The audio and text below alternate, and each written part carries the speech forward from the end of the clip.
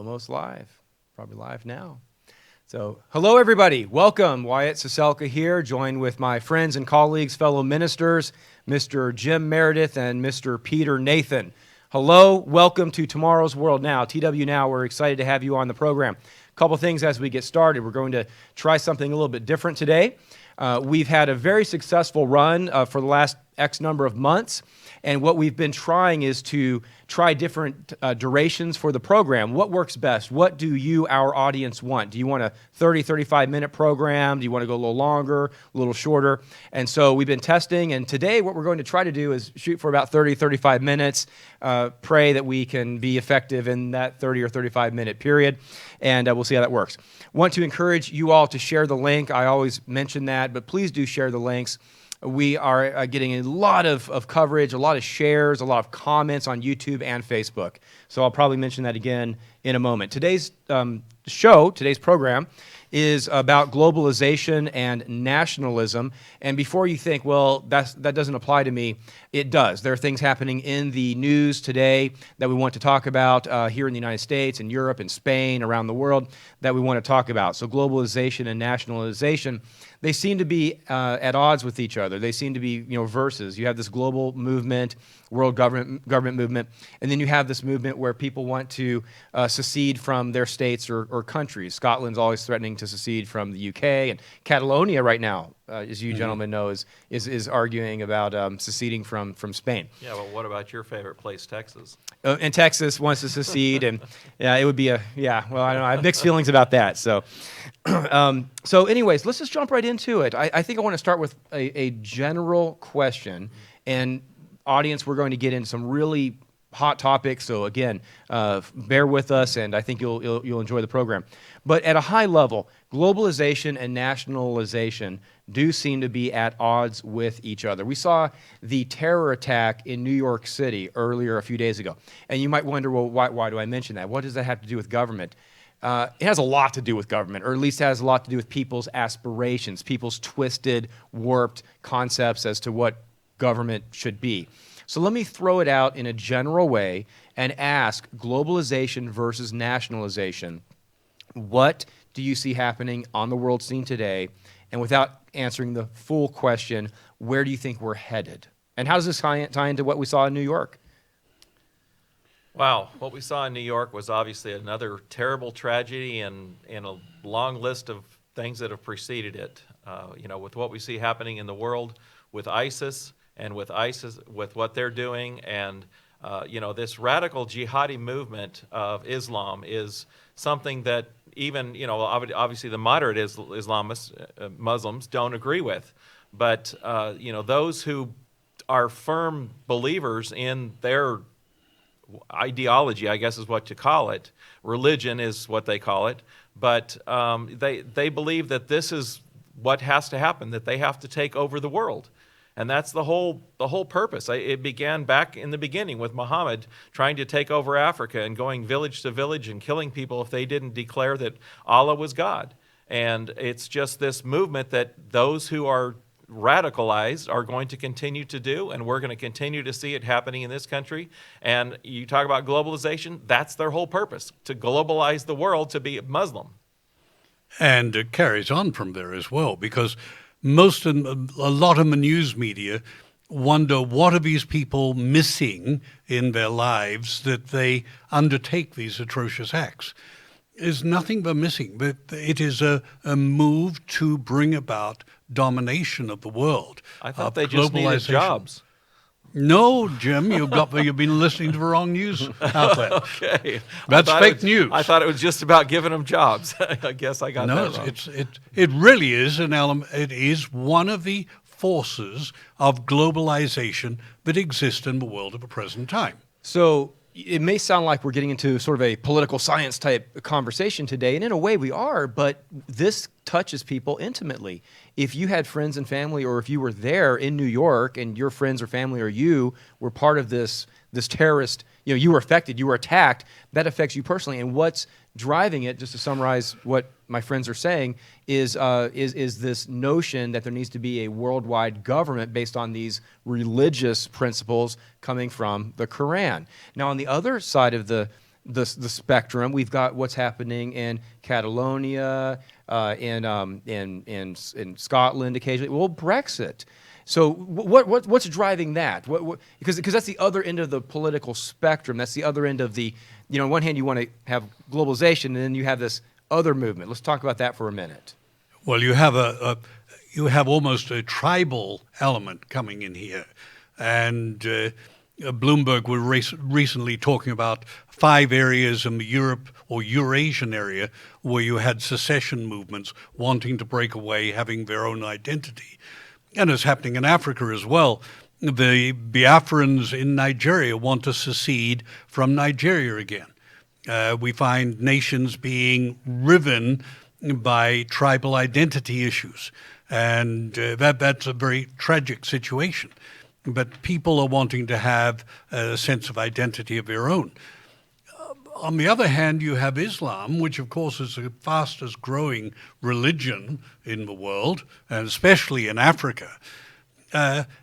Islam wants to override all of those tribal identities and have a religious identity. And so it's an attempt to superimpose a religious identity on people as opposed to their ethnic identities.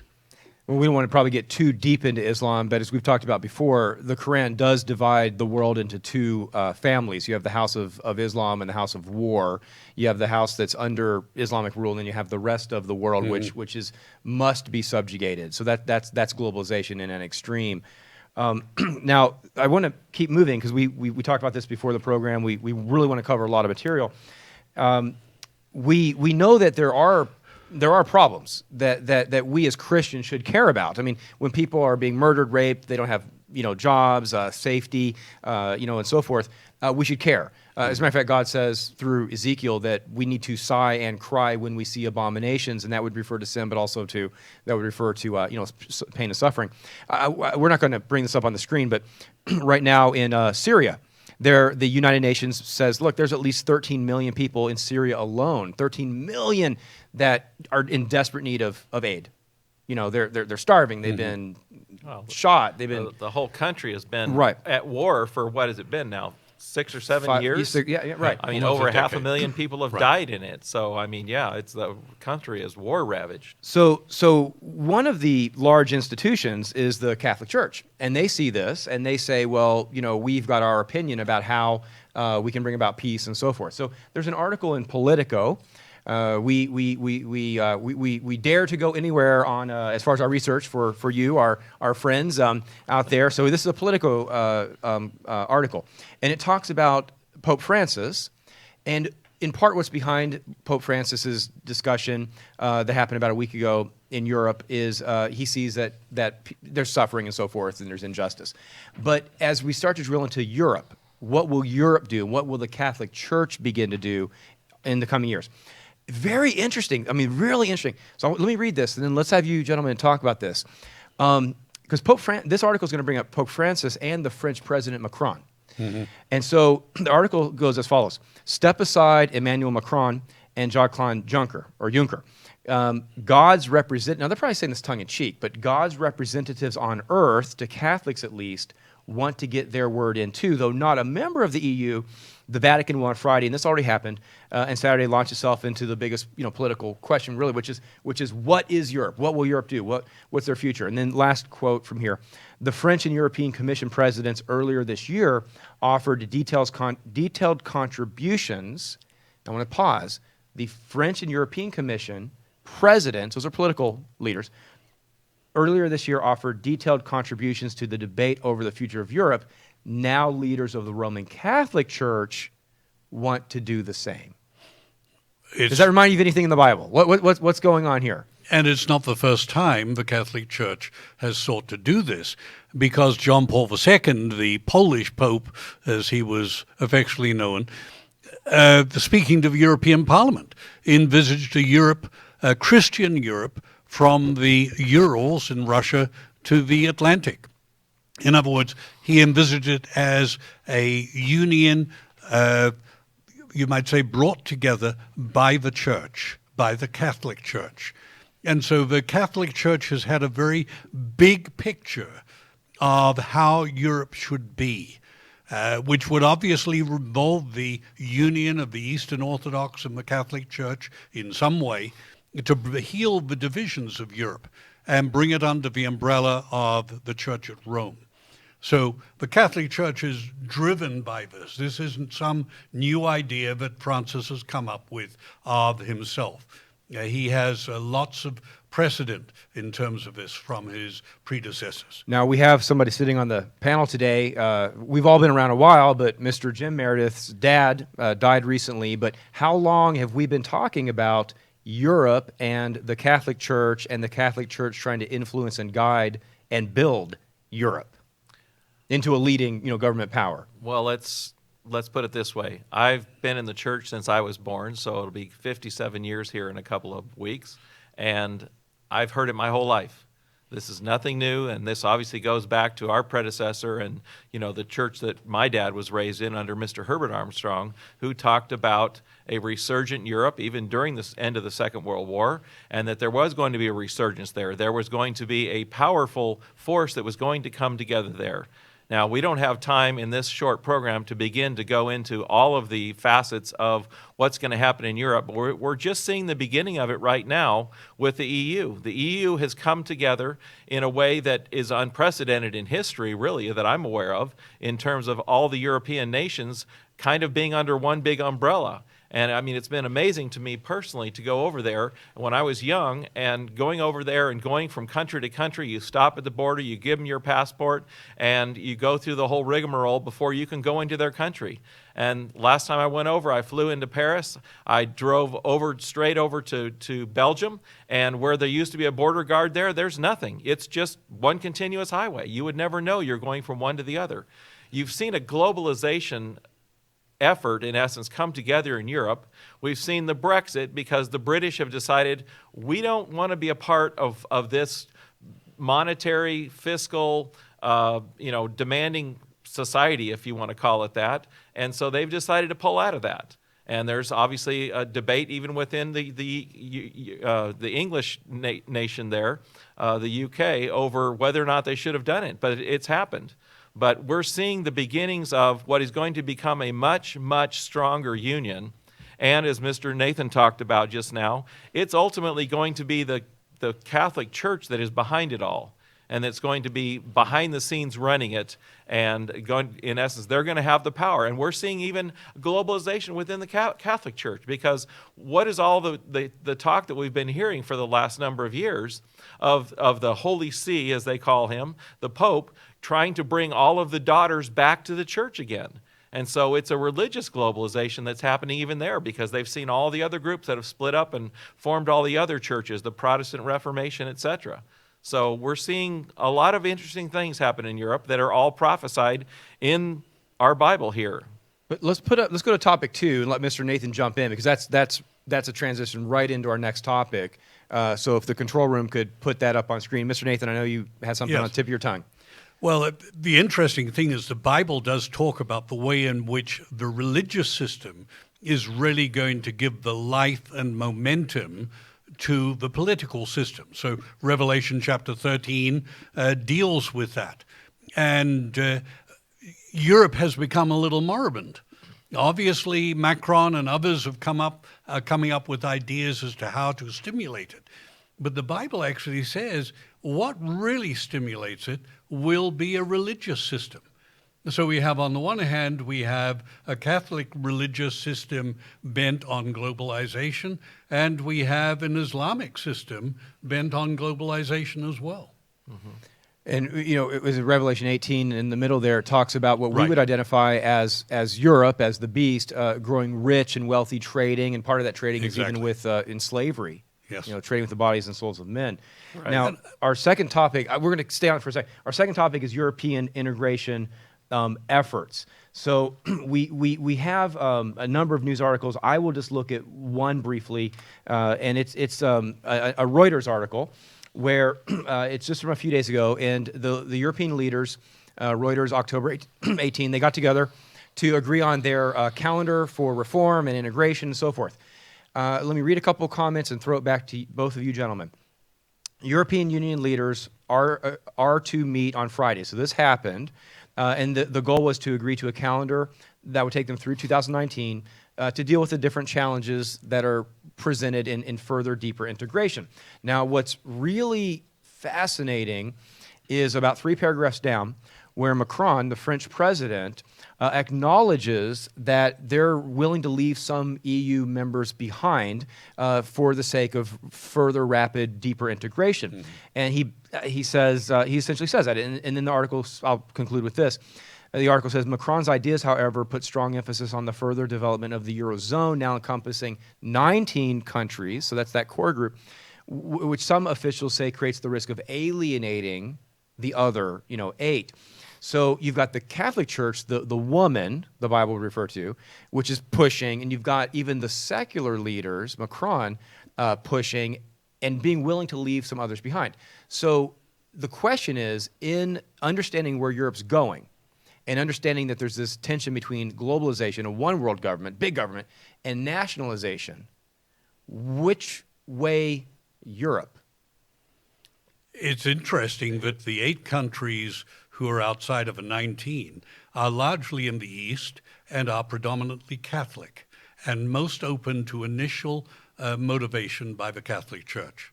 So you're setting up an interesting scenario here for an opportunity for the church to be involved in helping shape the future of Europe.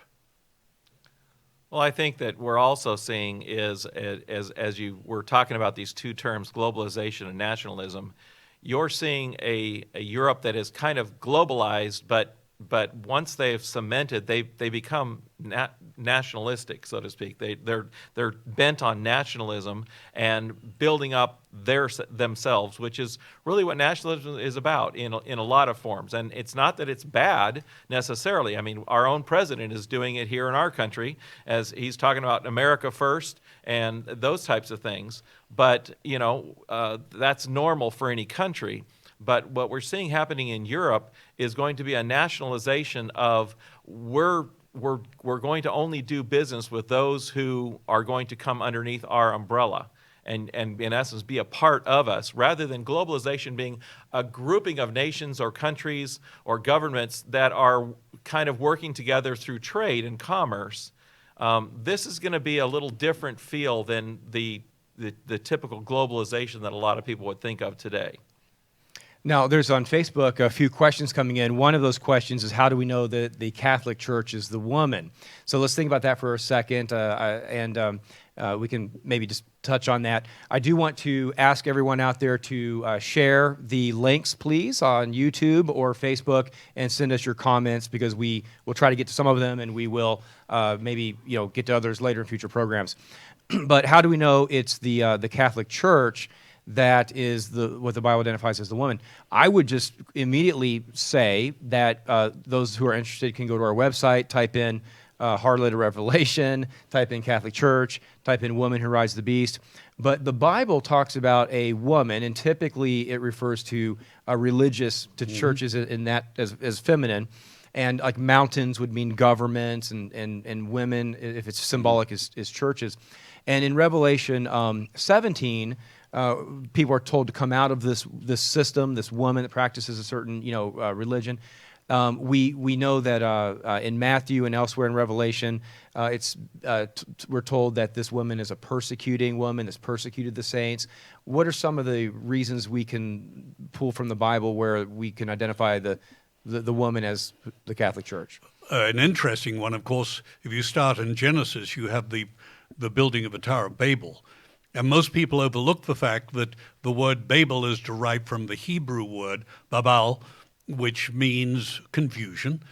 But Babylon is the Greek rendition of the same Hebrew word. So we start in Genesis chapter 11 with 2 competing forces, and they become you might say, the focus, or one of the major focuses of the book of Revelation. So you have Babylon against the way of God. It can be established historically that the ethos, the religious underpinnings of the Babylonians became the underpinnings of what we call the Catholic Church today.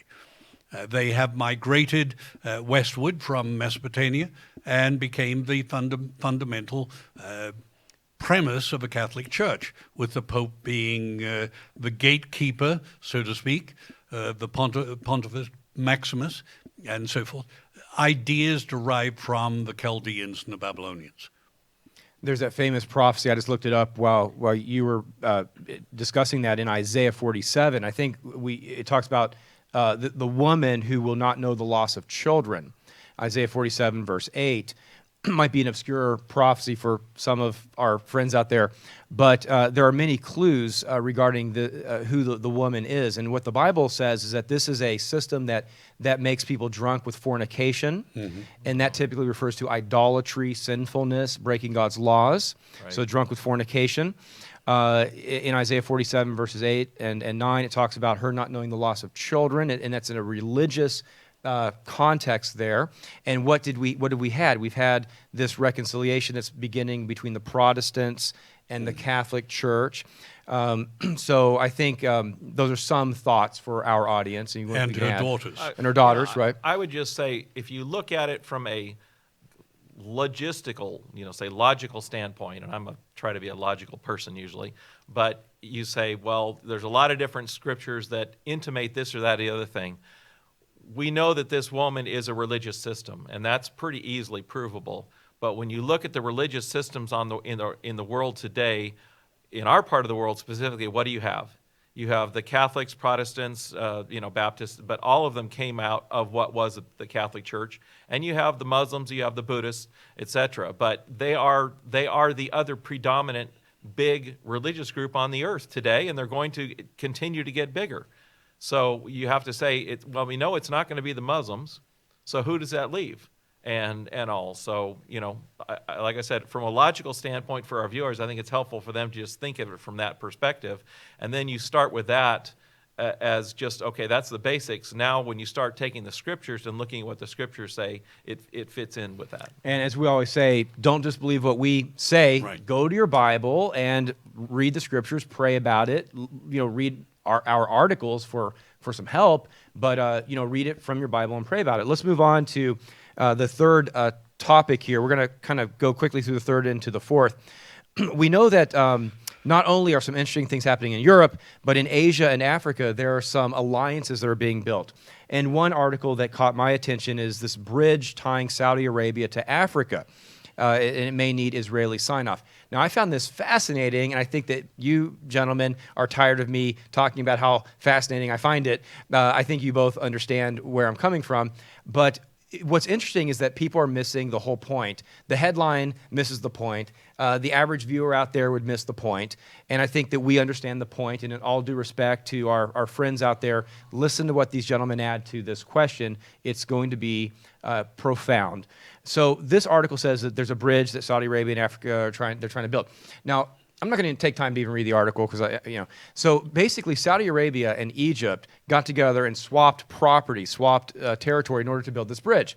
Great cooperation, and the article talks about it, and other articles do. They're doing this, against Iran's wishes.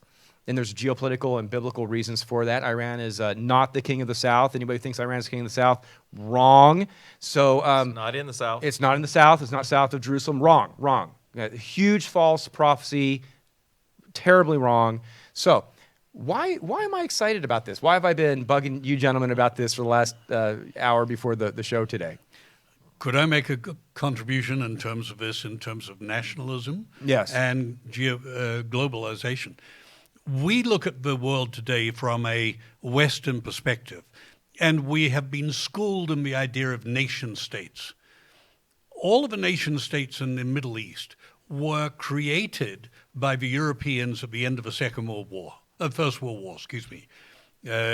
The demise of the Ottoman Empire, the British and the French, and then subsequently the Americans were involved in nation building.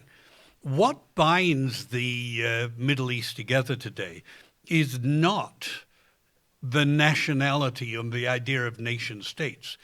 What binds Egypt and Saudi Arabia together is their religion.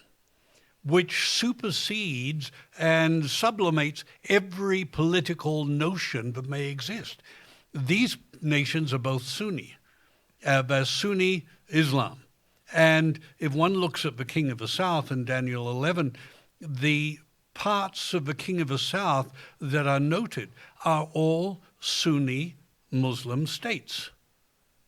And so you've got this movement of people together, of bringing together, not based on politics, but based on religion. On religion. On a religion that has a global view And so of its what? future. So what aspirations does this Sunni religious group of nations? What aspirations are they trying to achieve by a road into Africa?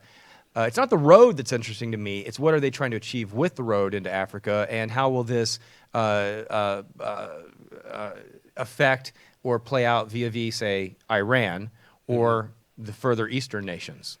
Well, from what is being said in the news media is Saudi Arabia is seeking to invest in Africa to become a major food producer. So it's got oil at the present time. Oil doesn't last forever. What else can it create in terms of a cash flow industry? Growing food for an ever-increasing world is a great form of income. And if we understand the King of the South and a Southern Muslim confederation, then if their bridge, which is really just a one example of many initiatives, if that helps them achieve economic strength, then what are we going to see as a result? We're going to see an economically powerful confederation of Arab and Muslim nations. Yes. Well, once again, as you said, they're investing. You have the Middle East, which is wealthy beyond belief with oil.